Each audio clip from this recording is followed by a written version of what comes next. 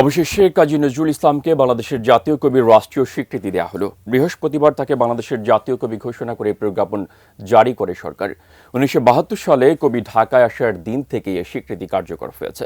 কাজী নজরুল ইসলামের জাতীয় কবির মর্যাদার বিষয়টি ইতিমধ্যে প্রতিষ্ঠিত সত্য এবং রাষ্ট্রীয় পর্যায়েও স্বীকৃত হলেও কোনো গেজেট প্রকাশ করা হয়নি।